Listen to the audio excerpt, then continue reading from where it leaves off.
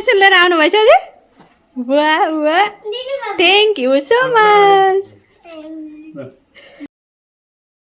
বিয়া পতা 5 বছৰ হৈ গ'ল কিন্তু মোক হাজবেণ্ডে আজিলৈকে ছাৰপ্ৰাইজ দি পোৱা নাছিলে একচুৱেলি তেওঁ একেবাৰে নাজানে ছাৰপ্ৰাইজ দিয়া কিবা এইবিলাক মোক যদি কিবা বস্তু দৰকাৰ হয় নিজে ল'বলৈ কয় আৰু এইফালে খুৰাজনে লৈ আহিছিলে ৱাশ্বিং মেচিনটো প্ৰথমতে তেওঁ আহিলে হাজবেণ্ড অহাই নাছিলে যেতিয়া কলিং বেল বজালে আমি ওলাই গৈছোঁ তেতিয়া দেখিছোঁ ৱাশ্বিং মেচিন লৈ আহিছে ভবাই নাছিলোঁ সঁচাকৈ একেবাৰে ভবা নাছিলোঁ তেওঁ যে ৱাশ্বিং মেচিন এটা লৈ আহিব বুলি আৰু মোৰ দৰকাৰ হৈ আছে বুলি কৈয়ে আছিলোঁ আপোনালোকক আগৰ ভিডিঅ'টো কৈছিলোঁ আমাৰ নিচিনা মধ্যবিত্ত মানুহবিলাক এনেকৈ সৰু সৰু বস্তুতে সুখী অনুভৱ কৰোঁ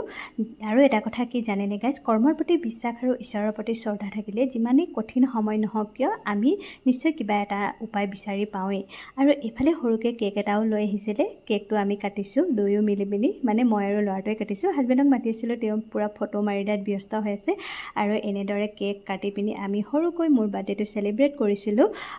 নিজে নিজকে সুখী কৰি ৰাখিবলৈ প্ৰয়াস কৰিছোঁ জীৱনত কিনো আছে কেতিয়া কাৰ কি হৈ যায় কোনেও ক'ব নোৱাৰে নহয়নে সেইকাৰণে জীৱনত সৰু সৰু মধুৰ সময়খিনি আমি যদি এনেকৈ ধৰি ৰাখোঁ তো খুবেই ভাল লাগিব এই সময়খিনি মই ধৰি ৰাখিছোঁ যাতে ল'ৰাটোৱে ডাঙৰ হৈ পিনি